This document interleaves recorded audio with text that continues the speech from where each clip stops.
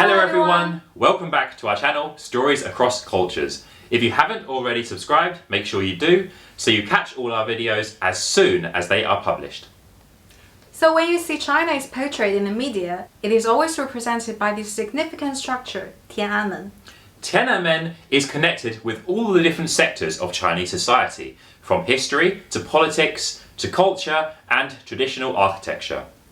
In this episode, we are going to look at the significance of Tiananmen, and we're going to explore some of the important historical events that happened at Tiananmen over the span of 600 years. By looking back at the 600-year history of the gate, we can understand what exactly made it so important, how it underpinned the authority of Chinese rulers, how it helped pacify the nation, and why it remains so relevant even today. This is the story of Tiananmen, the Gate of Heavenly Peace. When Beijing was built in the year 1420, the city was divided into 3 concentric zones. At the core was the Forbidden City, the emperor's residence, and surrounding this was the Imperial City, that only the emperor and other high-ranking government officials were allowed to enter. Everyone else could only ever travel in the periphery zone. The main entrance corridor into the Imperial City lay to the south. Tiananmen, which roughly translates as the Gate of Heavenly Peace, was just one part of this entrance corridor, and to understand the gate's significance, we must first understand how both the Imperial City and the entrance corridor were seen in the eyes of the Chinese.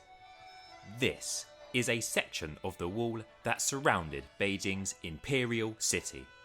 Unlike the defensive wall that fortified Beijing's exterior perimeter, the main purpose of this wall was to associate the Chinese emperor with the mythical celestial emperor of Chinese folklore.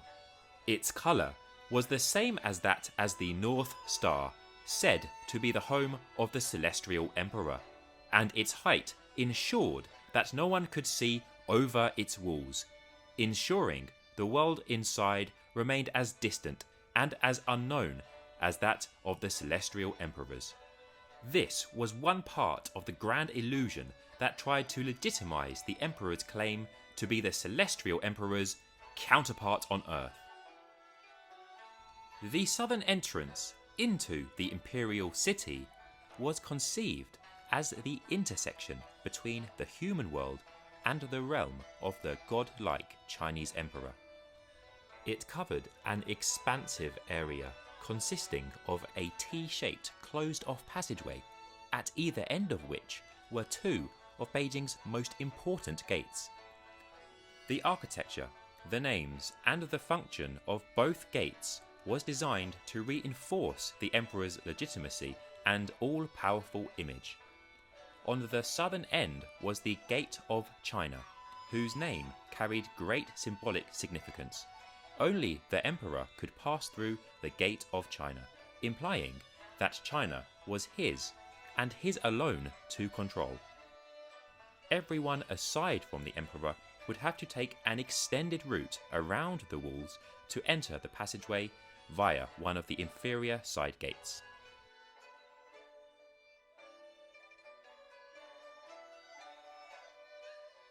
At the northern end was the Gate of Heavenly Peace, Tiananmen in Chinese.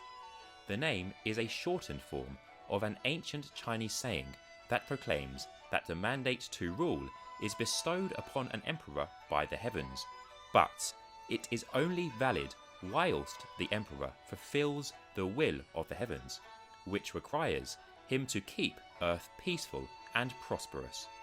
Thus, the emperor is legitimate so long as he governs the empire well, and the name of the gate implied that the emperor had that mandate from the heavens.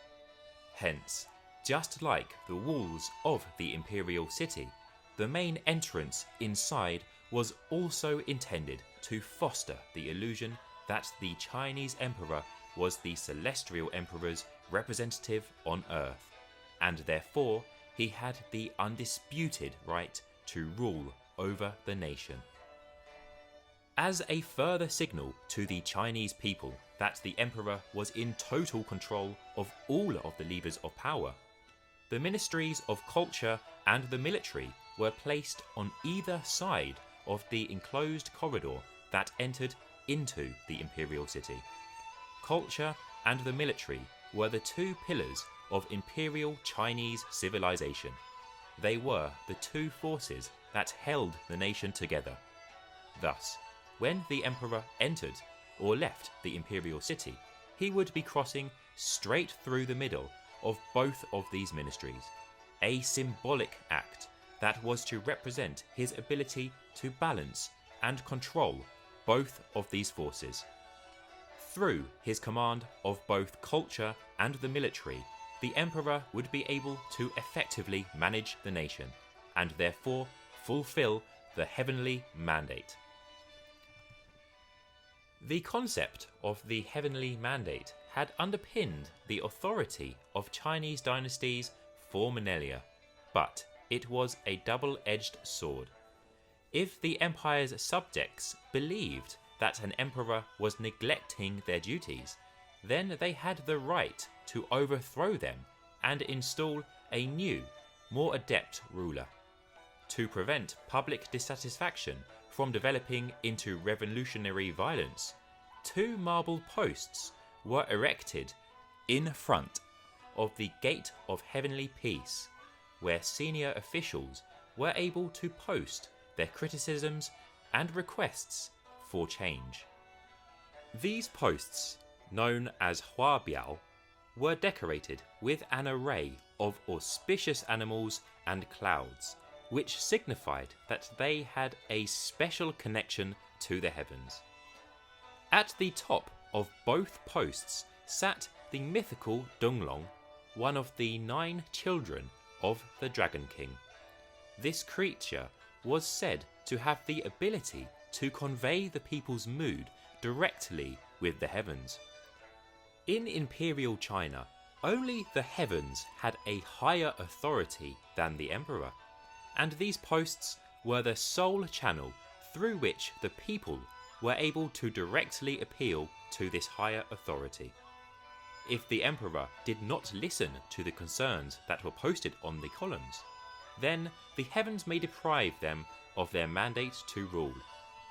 Yet, because dissent was seldom tolerated, few would ever actually dare to express their opinions here, and so the posts remained clear, unblemished by any criticisms of the dynasty. Therefore, in practice, these posts were not used as a means for the public to compel an emperor to change, but rather they simply served as another tool through which the emperor could show that he ruled unchallenged. Consequently, when corruption and incompetence had become rampant in the late Ming dynasty, dissatisfied citizens had to resort to violence to enact change. A peasant army rose up and captured Beijing in 1644, toppling the Ming dynasty and establishing the new Shun dynasty. Yet, perhaps because they had destroyed the Gate of Heavenly Peace during their assault on the imperial city, the heavens seemed reluctant to give the heavenly mandate to the Shun. As less than 2 months later, Beijing was again invaded by the Manchu people, who founded the Qing dynasty. The Manchu people were not ethnically Chinese. They were foreign occupiers who originated from the lands to the northeast of China. They spoke a separate language, their customs were alien, and they physically looked different. To maintain power, they would need to prove that they were the legitimate rulers of China. Thus, the Qing rebuilt the Gate of Heavenly Peace exactly as it was before its destruction, to show that they had assumed the mantle of the new bearers of the heavenly mandate. Additionally, they worked to intertwine their culture and customs with those of the Chinese. This included forcing all the Chinese to adopt the traditional Manchu hairstyle, and also the making of the Manchu language an official language of China. Accordingly, the name panels above both gates were updated so that they displayed the gate names in both Chinese and the Manchu languages. They also gave the gates new names that emphasized the Qing's legitimacy. Notably, the Gate of China was renamed the Gate of the Great Qing, a change that implied that the new Qing dynasty was now synonymous with China itself. The early Qing period was relatively successful, but by the second half of the 19th century, a combination of devastating famines, government corruption, and an inability to prevent foreign exploitation of the country resulted in many beginning to question the Qing's heavenly mandate. A series of internal rebellions attempted to overthrow the Qing, but each was unsuccessful, in part because the Qing was supported by a group of Western nations that were manipulating the dynasty for their benefit. As external interference increased, so too did public anger towards foreigners. Desperate to put a stop to foreign interference, the Qing tolerated the arbitrary killings of foreign citizens throughout China, and in the year 1900 permitted a peasant army to launch an attack on the foreign diplomatic quarter that had been built in front of the imperial city itself. To rescue their besieged citizens, an 8-nation alliance formed and invaded Beijing. Yet, once these 8 nations had control of the city, they then decided to make a show of force, to display to the Qing their military superiority and to warn them never to allow their citizens to be in danger again. This display included the conducting of a series of military parades within the entrance corridor in front of the imperial city. Having foreign troops desecrate this sacred space, an area that was the physical representation of the Qing's heavenly mandate, shattered the Qing's claim to have any legitimacy to rule over China. Just a decade later, in 1912, the Qing dynasty collapsed. China would never again be ruled by an emperor, meaning that it was no longer necessary to uphold the illusion that the imperial city had a special link with the heavens. For the first time, the public were permitted to enter into the previously off-limits imperial city and to pass through the gateways of its southern entrance. The original function of the corridor, to funnel traffic through separate entrances in order to highlight the emperor's divine status, was no longer relevant, and so the walls that closed off the corridor were promptly demolished in 1913. The Gate of China and the 2 side gates were spared, but were deprived of any real significance. At the same time that the other structures of the southern entrance were gradually fading from the public consciousness, the Gate of Heavenly Peace was becoming more relevant. After the Qing's collapse, China had descended into a state of prolonged instability, where numerous political factions, each with their own divergent ideologies, competed for control of the nation. For a particular clique to gain recognition in the eyes of the people, they would need to prove that they had the heavenly mandate to rule, just as China's rulers had done for millennia. Thus, controlling the Gate of Heavenly Peace, which was the physical representation of the heavenly mandate, was a symbolic way of claiming legitimacy to rule over the Chinese people. But claiming the heavenly mandate was only one half of the social contract. The new rulers also had to govern in accordance with the mandate. If they failed to do so, then the Gate of Heavenly Peace was the site where citizens believed that they had the right to make appeals for change. And in contrast to the times of imperial China, when dissent was punishable by death, in this new, more liberal China, the public felt emboldened to actually express their opinions at the gate. On May the 4th, 1919, a large crowd congregated in front of the Gate of Heavenly Peace to protest against the government's secret deal to transfer the old German colonies in China over to Japan in return for a large loan. Listening to the people, the government changed its stance and eventually mediated the return of the land in 1922. This protest spawned a larger movement that began advocating for the replacement of antiquated traditional Chinese Confucian values with more modern ones. Understanding the new will of the people, the next generation of Chinese leaders began calling for the transformation of Chinese culture. Japan continued their pursuit of Chinese land and in 1937 launched an invasion of China, occupying Beijing. The Japanese were eventually defeated in 1945, after which control of the city reverted to the nationalist government. Yet the Nationalist Party lacked control of the entire country, with support for the rival Communist Party strong in the countryside. A civil war between the nationalists and the communists soon broke out, and after several years of fierce combat, the communists ultimately captured Beijing in 1949.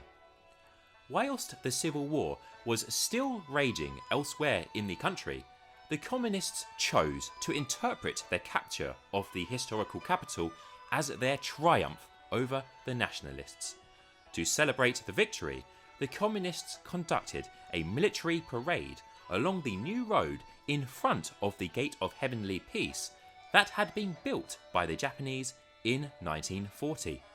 Their chosen location for this military procession carried deep significance. The Gate of Heavenly Peace was the physical representation of the heavenly mandate, and their display of overwhelming force in front of the gate was intended to show the nationalists and the rest of the country that this mandate could never be taken away from them.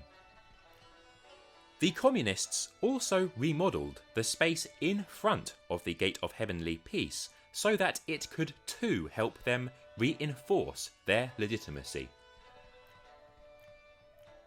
The communists' popularity stemmed from their commitment to improve the lives of the vast majority of the Chinese people, and therefore, to maintain power, the communists needed to prove that their policies were effective and were supported by the masses.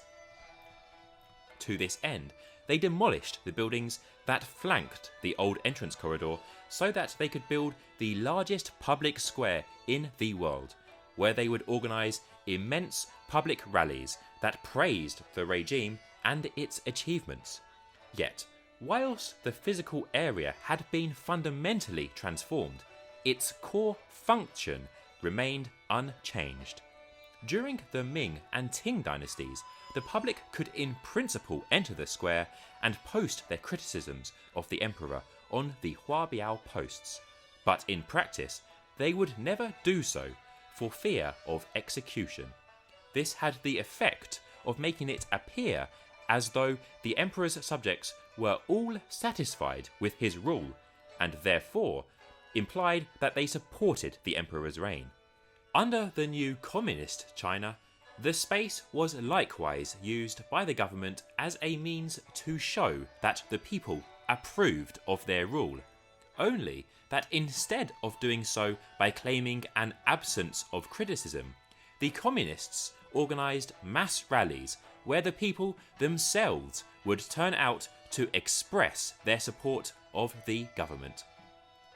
By the end of the 20th century, the majority of Beijing's imperial architecture, which symbolised outdated notions such as the emperor's divine nature, was either demolished or stripped of its significance and consigned to history. In contrast, the Gate of Heavenly Peace, Tiananmen, has retained its relevance because it represents the heavenly mandate, the social contract that still underpins the authority of China's rulers and is essential to control of the country. It is now perhaps the most important structure in the whole of China, a status that will remain for many years to come.